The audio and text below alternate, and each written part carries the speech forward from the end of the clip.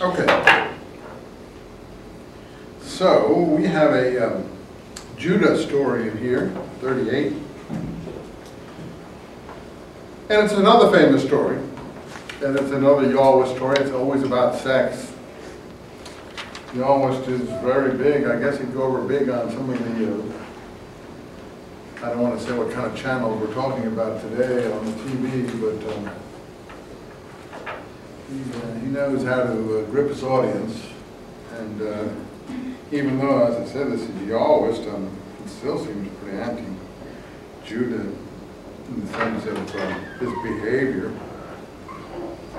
Anyway, it's they didn't know where to put it, so since they mentioned Judah in the Joseph story, they might as well put it here. It breaks the narrative of the Joseph story. And it really has nothing whatever to do with anything. It's just a separate series of stories. And I think it's part of something more. I think there was originally a much, probably longer series of Judah stories. But this is all that the narrator of this particular document has been able to put before us. Just like there's more to that Jacob and Reuben story than we have.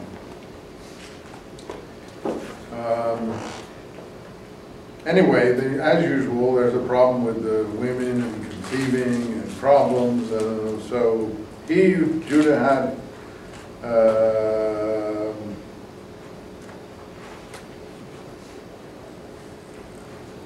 he had a wife from the Canaanites, interestingly enough, called Shua.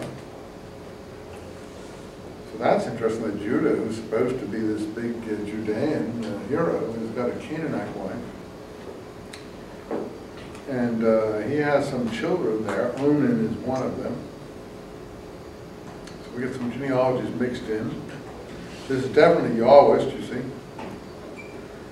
Offended the Lord Yahweh greatly, so Yahweh brought about his death. He took a wife for his firstborn heir named Tamar, but doesn't tell what this heir had done wrong. I don't know. It's a very fragmentary story. And then Onan is the other wife, or the other son. He says, take your brother's wife. Because the tradition was, and it's in the stories about David's parentage. David's parentage are not Jewish either, really. There's a woman, it's Boaz. What's the woman's name in the Boaz story? Ruth. And I think it is that Ruth's husband has died or something, and then she goes with the mother-in-law Naomi, and she's very faithful to Naomi. And then there's the problem that the brothers are supposed to raise up seed for the brother. That's the tradition. If your brother has predeceased you, you are supposed to take his wife so that the progeny shall be your brother's. It's like a representation. That's what's here. Now, that was considered a duty, I guess, in those days, and now Onan refuses. Because he knew the child wouldn't be his, line 9. And that's what we have in the John the Baptist story. You're not raising up seed unto your brother. You can't take your brother's wife, he says at one point in that story. But that story is all inaccurate anyway, because from the historian Josephus, we know that wasn't the situation at all. That story is totally inaccurate. But people know the John the Baptist story more than they know the real history of that period. And again, I do that in scrolls classes, but I've been teaching those recently. And the real history of it's sort of like people know the poetry. And as I think I've told you, poetry for people is truer than history. It doesn't matter what really happens, it matters what people think happened. And poetry is what people think happened, not what actually did happen. And, so poetry is easier for people than real history. So people know the John the Baptist story from the Bible, the New Testament, but they don't know it from the historian Josephus, which is much more complex. How is it more complex? if you look at the New Testament very closely, none of the Gospels know that Salome is the name of Herodias' daughter. They just say Herodias' daughter. We get Salome from Josephus. Josephus knows that her name is Salome, not from the New Testament. Yet we all know, we call her Salome, and the dance of the seven bells. There's no dance of the seven bells in Josephus. In fact, there's no dance of the seven bells anywhere that I'm familiar with, except in the people's imagination. In any event, it was Salome who was married to Philip, not her mother. If you look at Josephus' genealogies, and this Philip predeceased her, and Josephus says he didn't have children. And that's where you get the whole thing of raising up children unto your brother in that story, but it has nothing to do with her mother. And I don't want to go any deeper than that. You'd have to read Josephus, the historian of the period, who knows these people quite well. And the New Testament has very superficially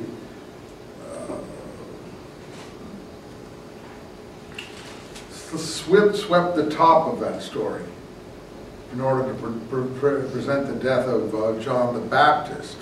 But in doing so, it tries to make it look as if Herod didn't want to kill him.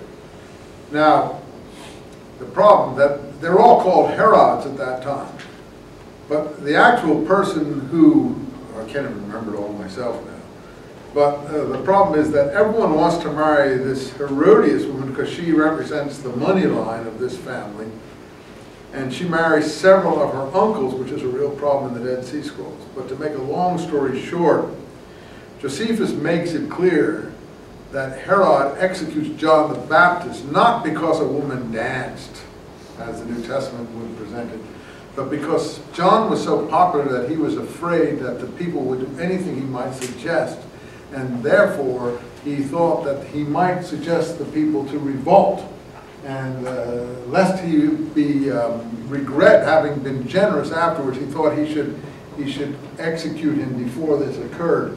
So it was preventive execution.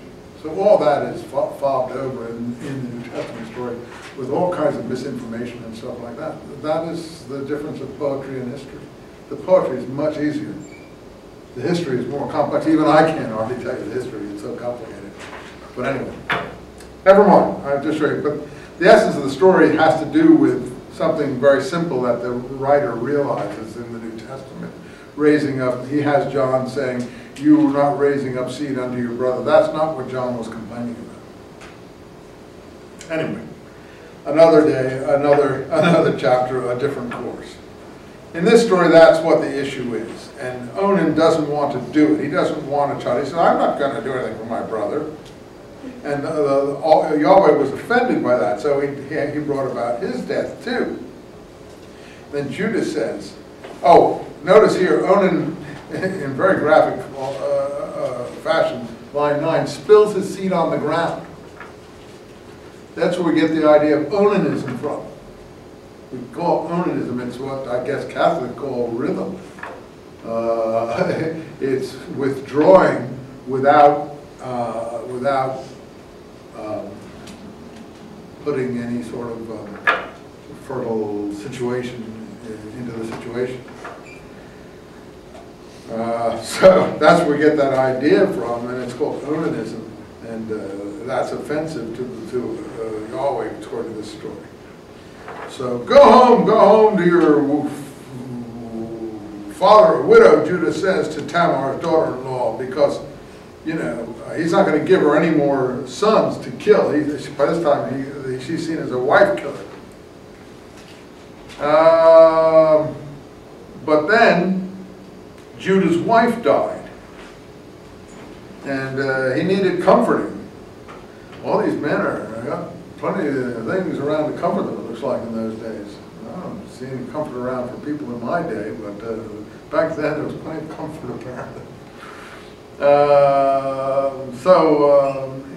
There's some shearing going on. He's sweating or whatever, and he saw a woman, I guess it was. Her face was veiled. And they make an agreement, and that's the rest of the story here. And so then he hears that his daughter-in-law has been loose playing, sexually incontinent 24, and she was pregnant. So he was really upset. He was going to burn her, according to this story. This is a pretty wild story. And then she shows him the seals, and she knew that it was he who had made her pregnant. That comes from not giving her to my son Shelah, my third son, to wife. But he didn't have any more relations with her. She had twins, the usual story. The twins are struggling in the room, just like Jacob and Esau.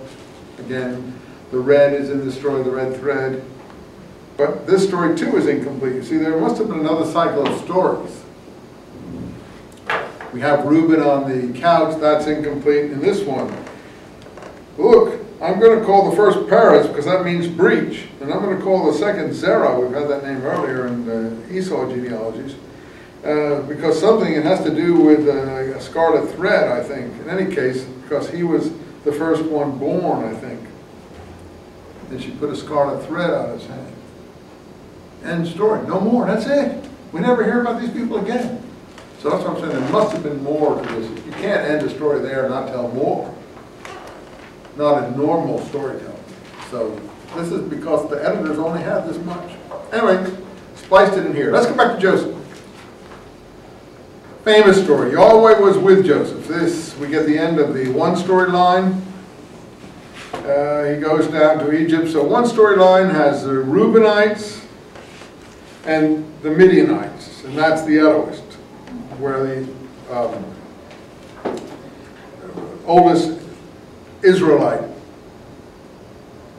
tribe representative, Reuben, is the hero, or tries to be the hero. The other is Judah, doesn't want to kill him. That's the Judah story, and that has the Ishmaelites. I think you can remember that. I may ask you to analyze stories like that, or the Noah story on a test. And then you'll discuss some of these points, which I think you could do. So Yahweh was with Joseph. We have, again, looks like it's Yahweh's story, and we have this wonderful story of Potiphar's wife trying to seduce Joseph. More sexual stories from the Yahweh.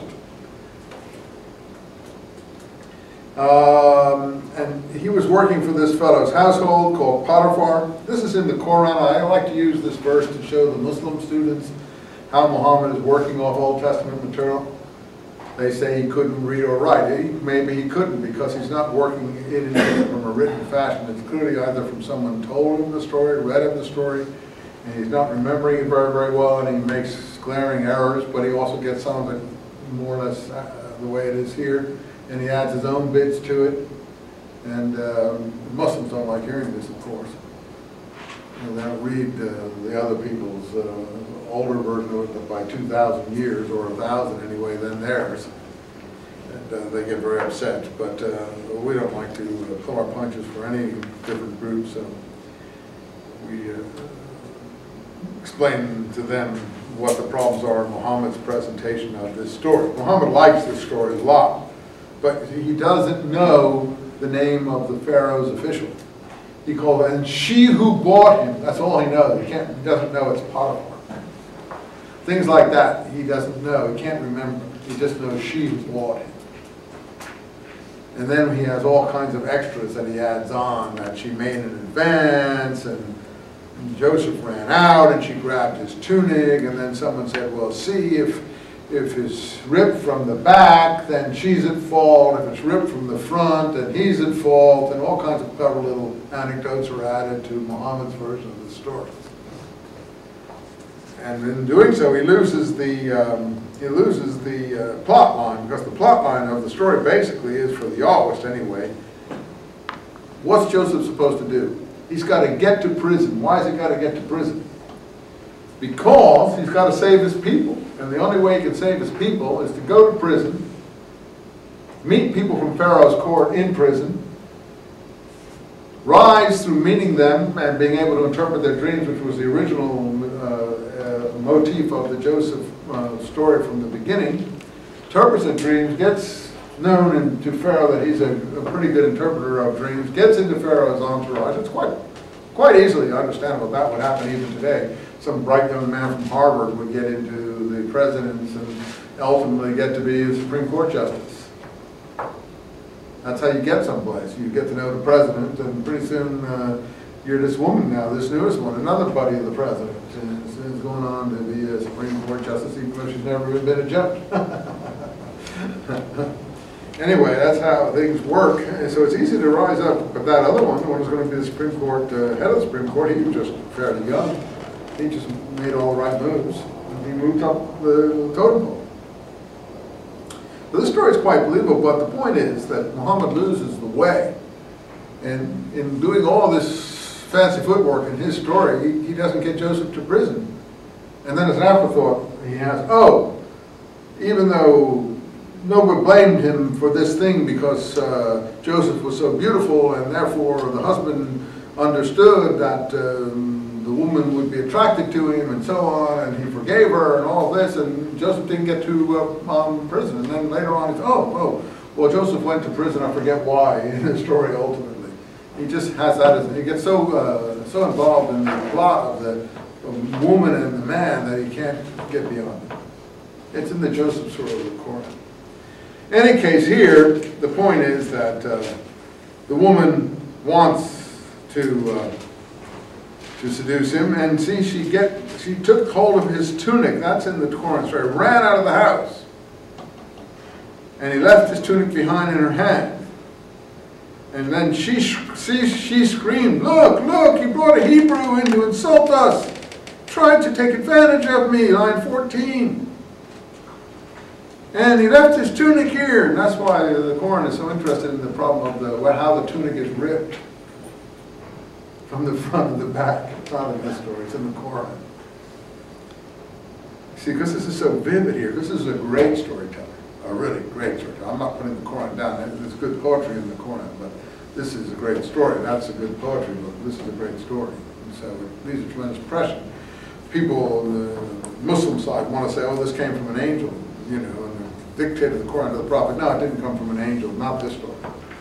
This story just came from sources that were known to the person who recited this material, and he embroidered it and expanded upon it. Okay, I don't want to hurt anyone's feelings, so we'll just leave that one aside at the moment. But notice, that's the first time we've had Hebrew mentioned here, line 14 and line 17, right? And that's interesting. Outsiders call these people Hebrews. Notice it's the Potiphar and others are calling, and the woman is calling him a Hebrew. They don't call themselves Hebrews. They call themselves Israelites and things like that. So Israel seems to be an in-name, only among themselves. Hebrew is an out-name, others referring to them. And we know from Canaanite and other texts, Mesopotamian texts, Egyptian texts, that there were a group of people called the Habiru at this time in the text, or Apiru, depending on whether you're in Mesopotamia or Egypt. I don't know which is which here. And these were outsiders who were sort of like half renegades, half caravanners, people who were unconnected, who were in the trade, in the caravan trade of some kind. But in bad times they became bandits, good times they were trading between different civilization areas. And they called them Habiru.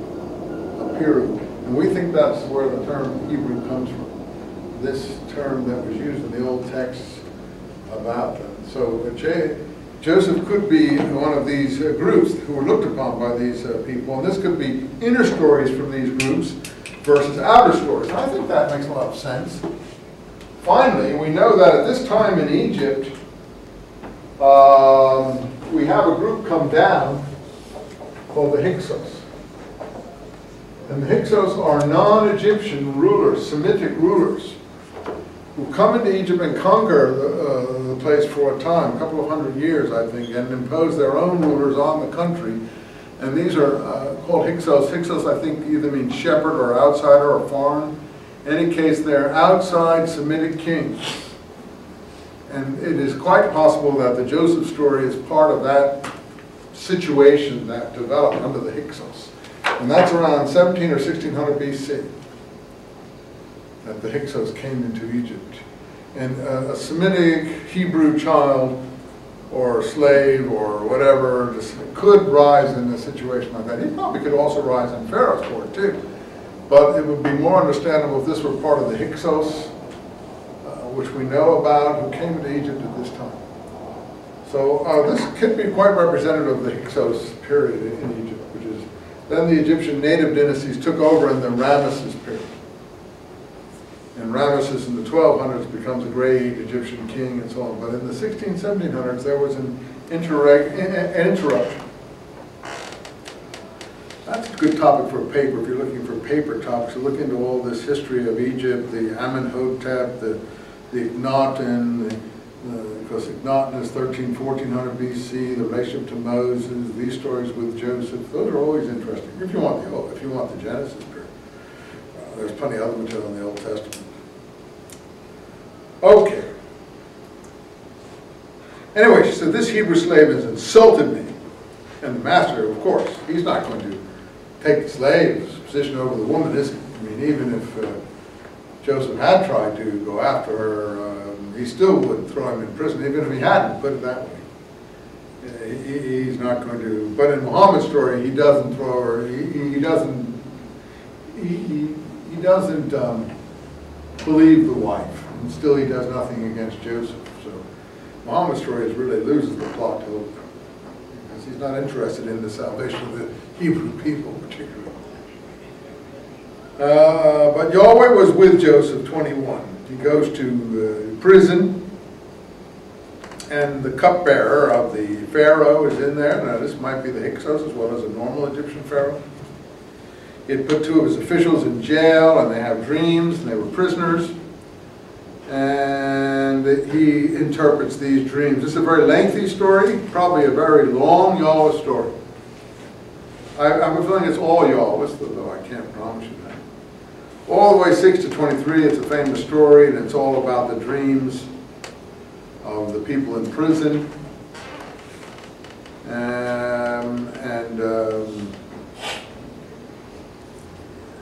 Line 15, Joseph tells his story. I was kidnapped from the land of the Hebrews in the first place, even though I did nothing to warrant imprisonment.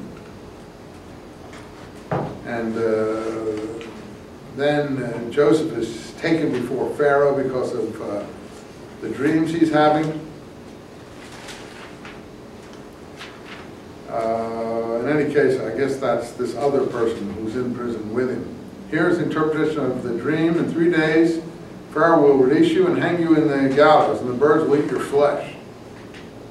And so on the third day, he did this, and the baker was hanged, and the chief cupbearer, I guess, was another one. Anyway, you've read this more recently.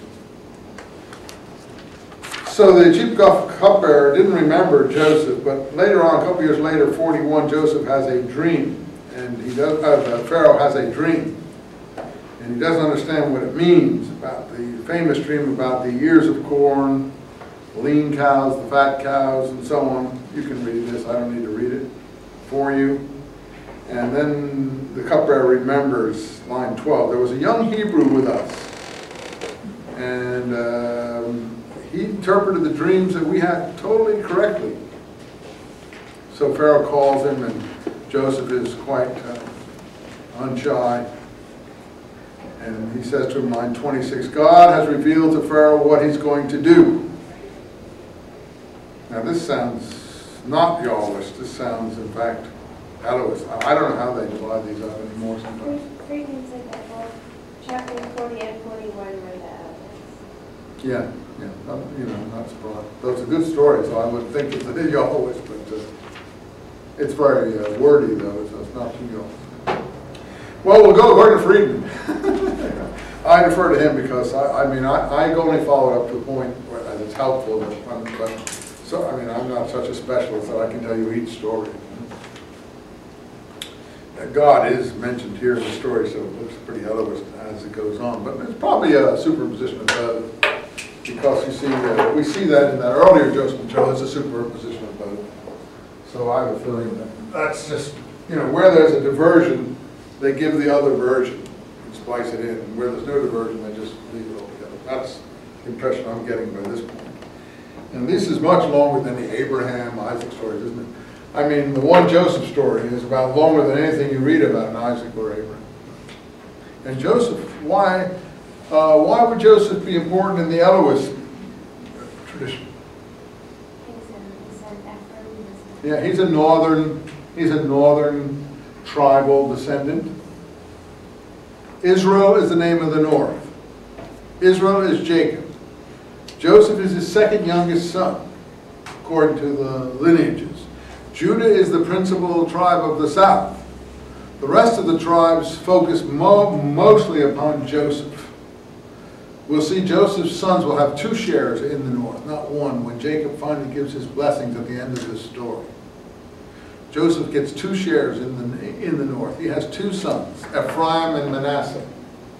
So, and so they're adopted into, according to this Joseph, or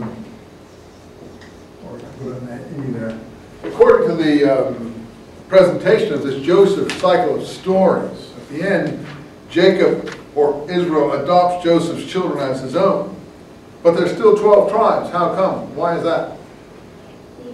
Because the Levites don't get a portion. Yeah, she's got it all better. The Levites don't get a portion because they're priestly. And they're just going to be everywhere, but not an actual position of the land. They're going to be like a priest caste, like the Persians or the Brahmins in India. And who are the Levites? Whose tribe is the Levites? Moses' tribe. So this is either read backwards in history or forward. In any case, it's I don't know when these traditions are finally put in the form we have them. But I would think that the Levites only get their priestly position because of a apparent connection to Moses, whoever he was. And the other stories make room for that by doubling the Joseph portion.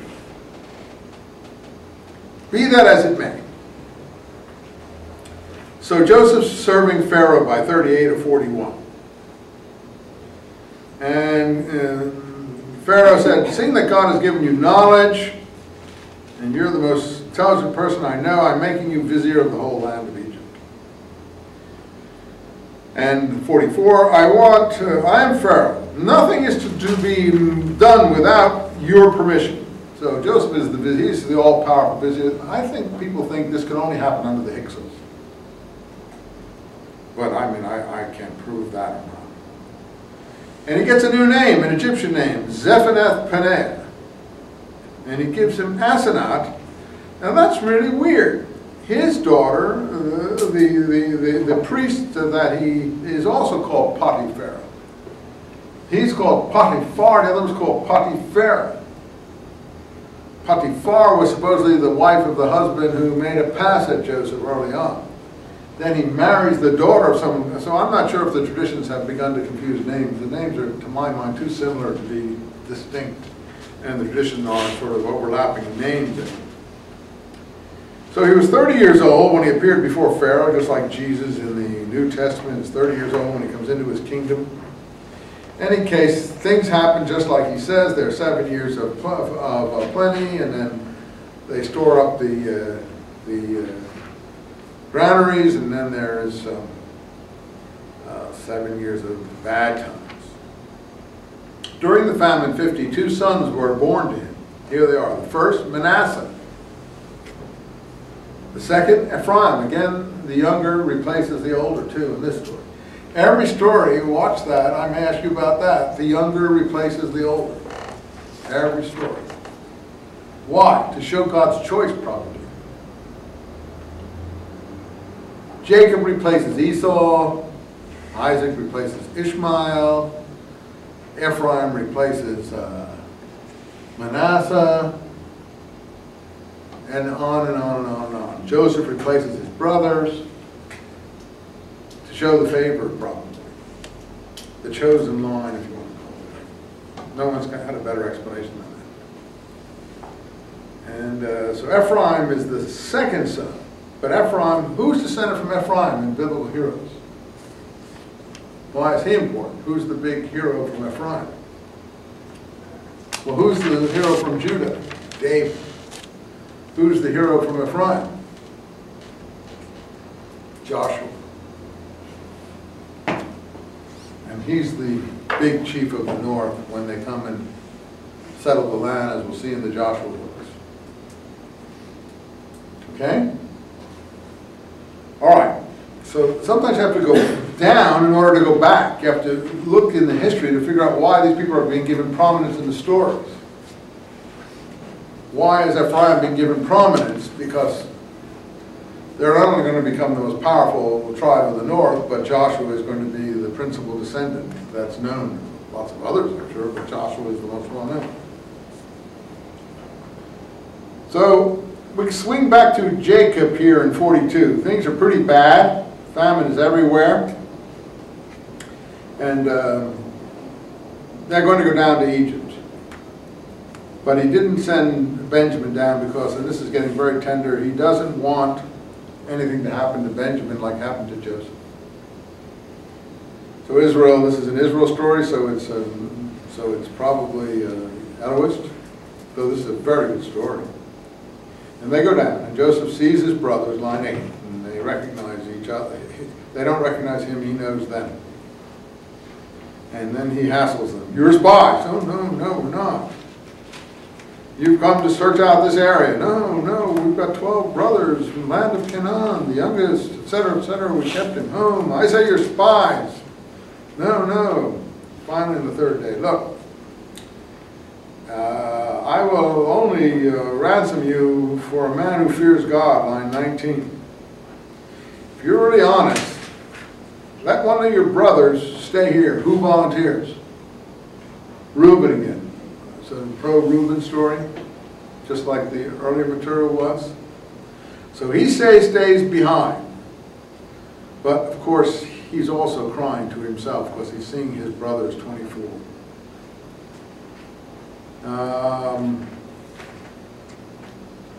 I don't know about this taking Simeon and had him bound. I don't understand what that's all about there.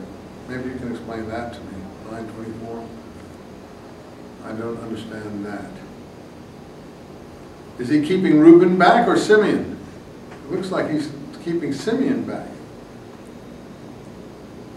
I guess he's not keeping Reuben back. He's keeping Simeon back. Reuben tells his brothers in 22, look, didn't I tell you not to wrong the boy, but you didn't listen, 23? And they're speaking their own language, and they didn't know Joseph understood their own language. This is all very real stuff here. This is a very good story, a very real story. I guess he decides that Simeon is going to stay back. So they go back and see their father. And Reuben is, so this is definitely in the Reuben hero line of the earlier Joseph material, not of the Judah hero line. Judah was disposed of in that Tamar story. Then Reuben said to his father, line 37 or 36, Simeon is no more, his father says, you're robbing me of my children, and now you want to take Benjamin. I can't bear it.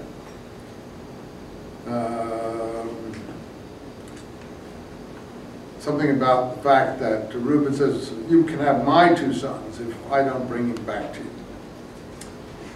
So anyway, they go back down. Now look, isn't this Judah now the hero here? 43:3. Swung back again. So we do have some Yaws material in here, right? He probably says that, doesn't he? Yeah, he goes back and forth.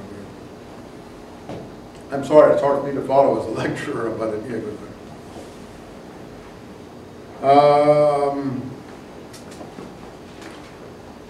Then Judah saying, he kept questioning us about ourselves and our kinfolk. Is your father alive? And bring your brother down. And Judah said to his father Israel, send the boy with me. So now, again, we get the same material, but it's Judah So this is spliced in like you were saying.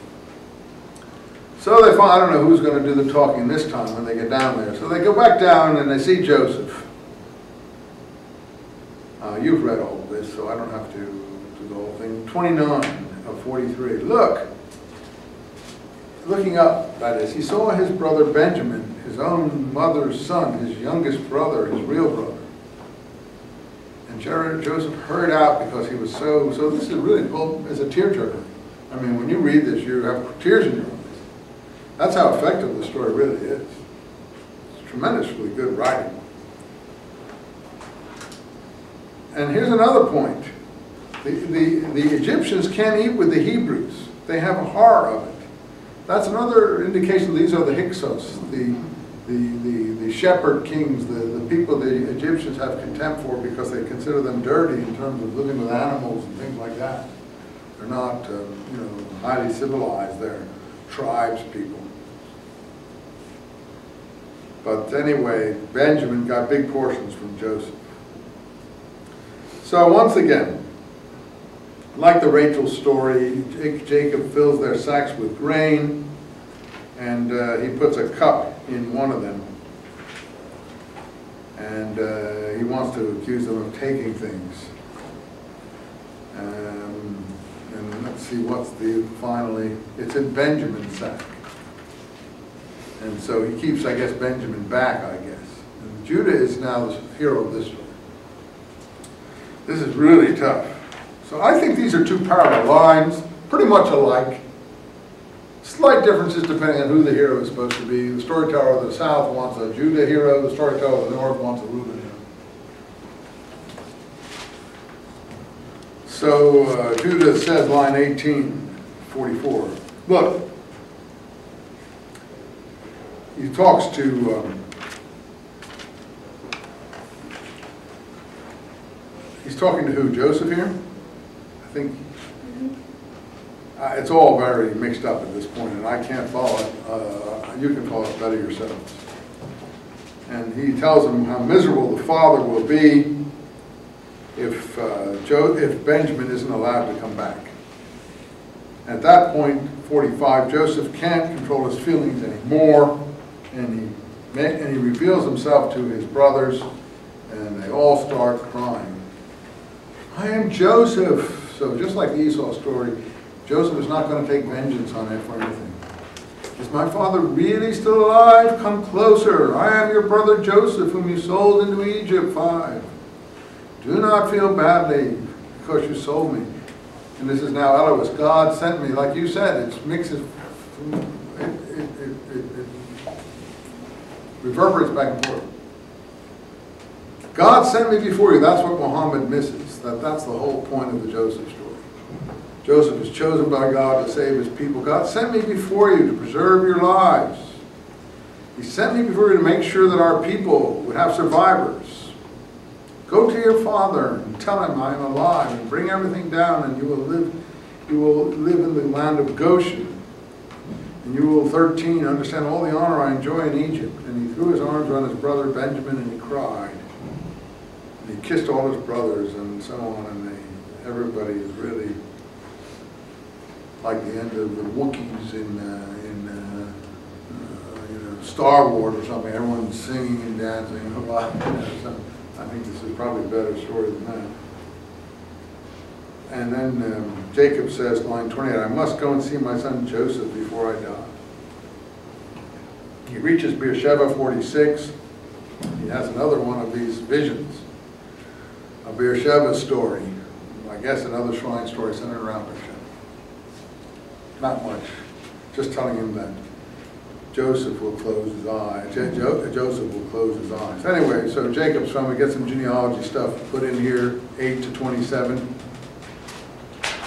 And there were 70 members, line 27 of his family. That's the number of the Sanhedrin to this day. That's the number of people that go up on the mountain with Moses.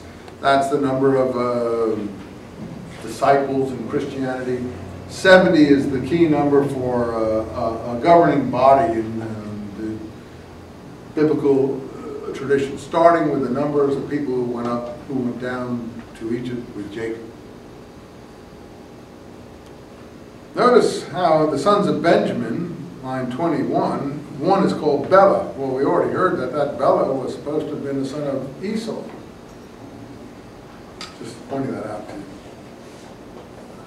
So there are overlaps here. We've got Perez and Zerah, and a lot of these materials probably, that's a pretty rough genealogy. It sounds to me, I don't know if that's a Yahwist or Israel. So they go to this area where they're supposed to live, 28 in Goshen. And the Egyptians not only have a horror of eating with the Hebrews, they have a horror of all shepherds, line 34. There's the Hyksos reference again, most scholars. Okay, I'm going to try to get the end of this.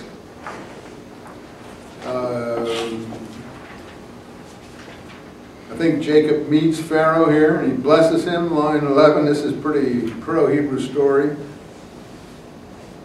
Even our ancestor Pharaoh blessed Pharaoh.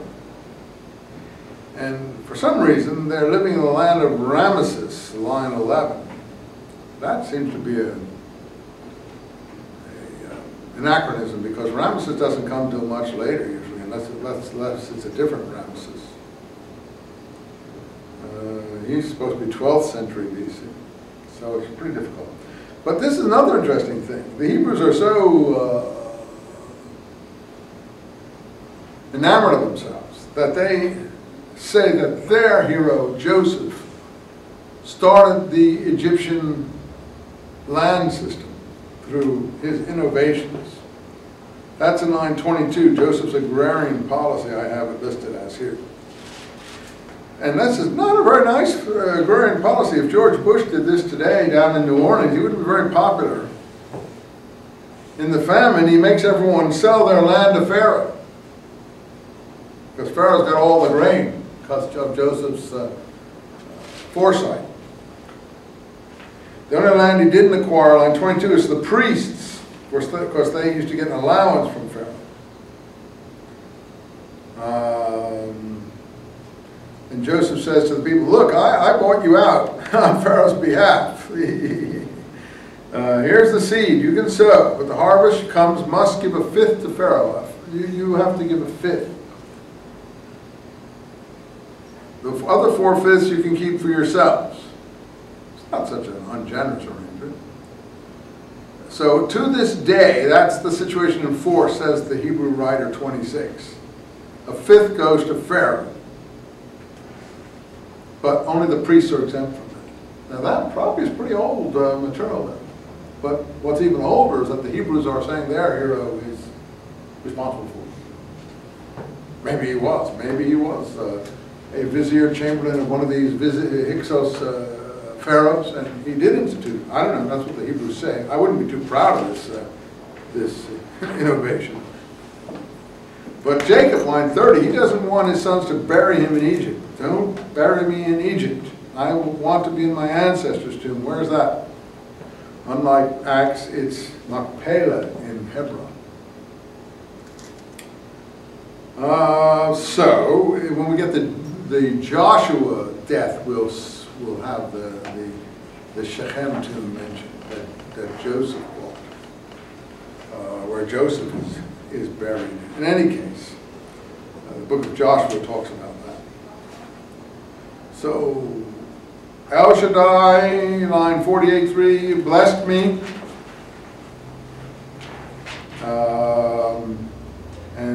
Before I came to Egypt, now your children, Ephraim and Manasseh, shall be mine, just as much as Reuben and Simeon. Here he adopts Joseph's children, one of his own, equal to the other tribes. And I left Rachel, line 7, at Ephrata. And now we get the material is repeated. So 48:1-7 is kind of Yahwist, I guess, or one Elohist, I don't know. 48:8 again is same thing from a different narrative.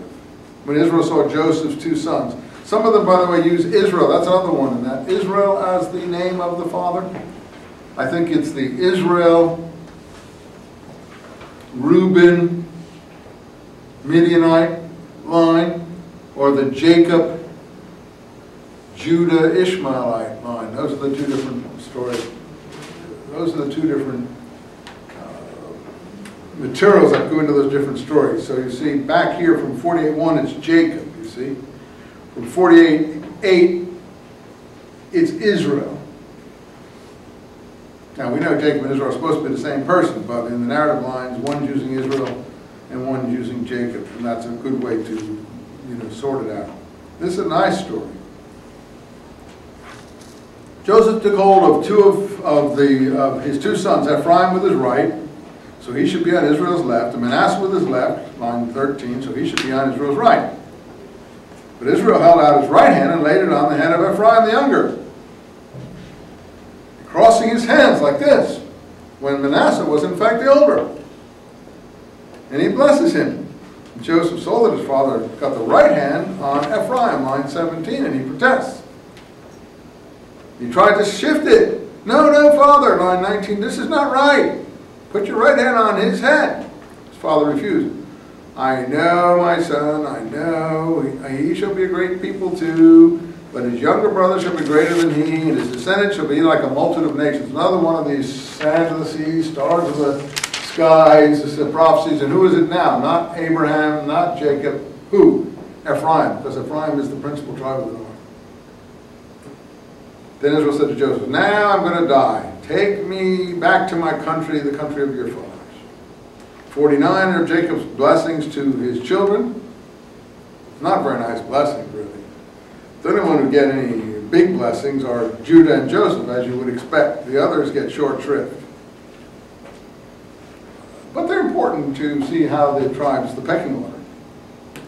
Reuben, 3, you're my firstborn. You're strong, uncontrolled, but you mounted your father's bed and defiled my couch to my hurt. There's that second reference I told you about Reuben having done something to his father's concubine. Simeon, Levi, what'd they do wrong? Oh, they went through the town and killed everyone and put Joseph in a bad light. You had these bad plans, but look, Levi is one of the favored descendants. So this is a blessing that was actually probably in place before Levi became important, because it isn't anticipated in this blessing. See what I'm trying to say? That's all I can imagine. Judah, okay, you're a lion's cub. And this now, line 10, you ask about the Dead Sea Scrolls. The scepter shall not pass from Judah, nor the mace from between his feet. That's a big messianic prophecy among the Dead Sea Scrolls.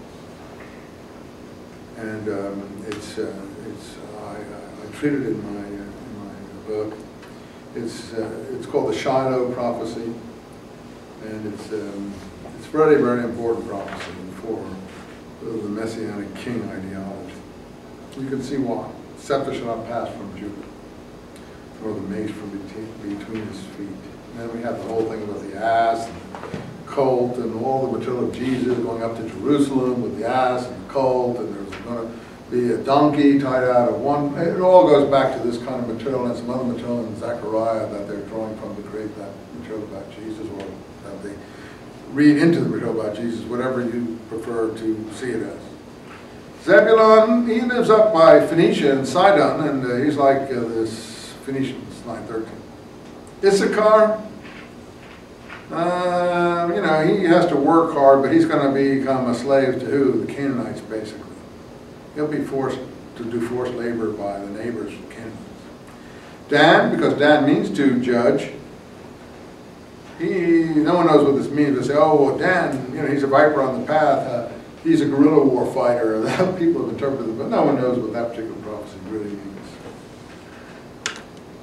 Yeah, the others aren't getting much. Gad, something about being robbed, because the name has something to do with that. Asher, being rich, he provides a lot of food. Naphtali, something to do with lawns, and we had that earlier. So, not much else. Now here's Joseph. He gets a good blessing. 22, be a fruitful creeper near the spring, nice plant.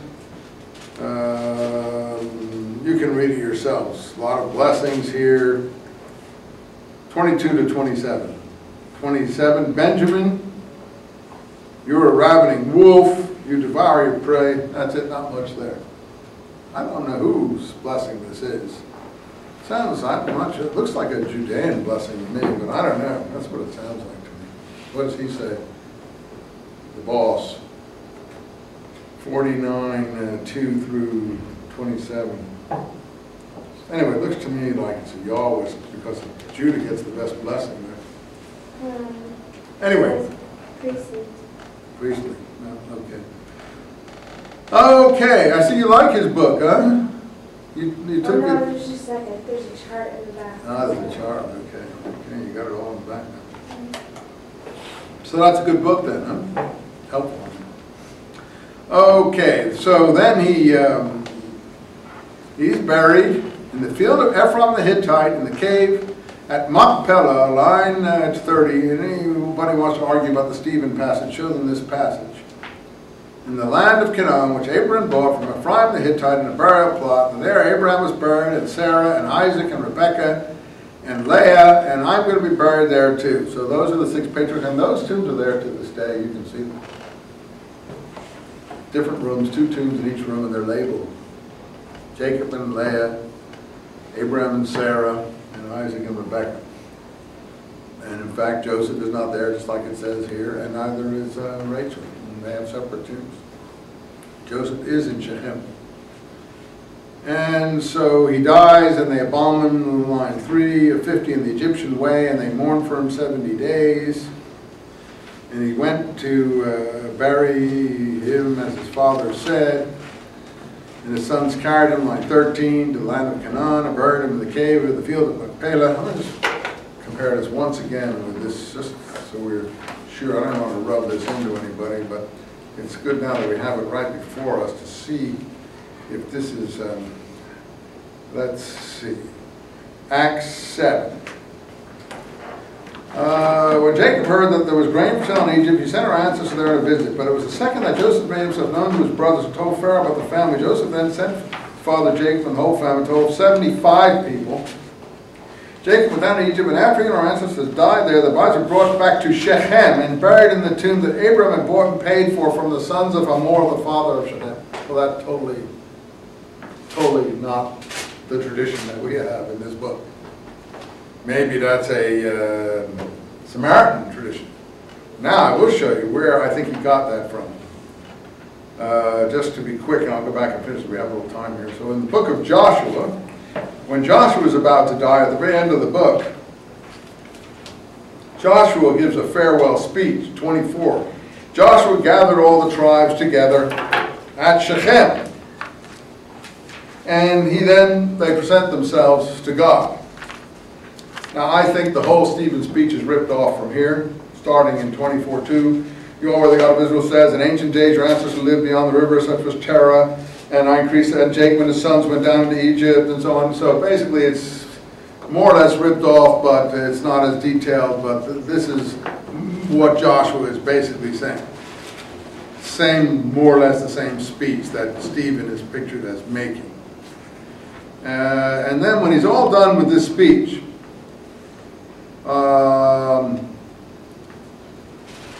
he died. And he wrote these words down, and they buried him on his estate, line 30, and then 32, right after this speech. The bones of Joseph, which the sons of Israel had bought from Egypt, were buried at Shechem in the portion of ground that Jacob had bought for 100 pieces of money from the sons of Hamor, the father of Shechem, which became the inheritance of the sons of Joseph, then Eliezer, son, and so on and so on. So to my mind, the author of Acts, in ripping off the Joshua speech and putting it into Stephen's mouth, has too quickly read the last part of the chapter about the sons of Hamor and Jacob and where Joseph was buried, and thought he was talking about Abraham and where the descendants of Abraham were buried. You got it? Hey, man, we're as smart as hell with the book of Acts. How smart can you get? Hey, you can get pretty smart, you see. Who are we to stand up against ancient authors? Well, we can do it. We can do it. Just, we don't have to be a big scholar. You have to read the book there sometimes. Anyway, that only passes muster, but see, that passes muster among all Jews and Christians. Why? Christians don't look carefully at the source of that speech. They just like what it's about. Jews don't even look at it, and they don't even know about it, so they don't even have an idea that there's a problem, because they never look at the material. And that just leaves us here in this class. About a minority of about 15 people in a universe of 200 million or something. Don't tell your minister about this one, because he doesn't have an answer for it, I can assure you. And he won't be happy that you pointed out to him. You're now going to do it, I can see your face. No, don't do it. I don't want you to do it. This is not, his job is not to look for, cracks. His job is to bind the community together in a happy, harmonious flock.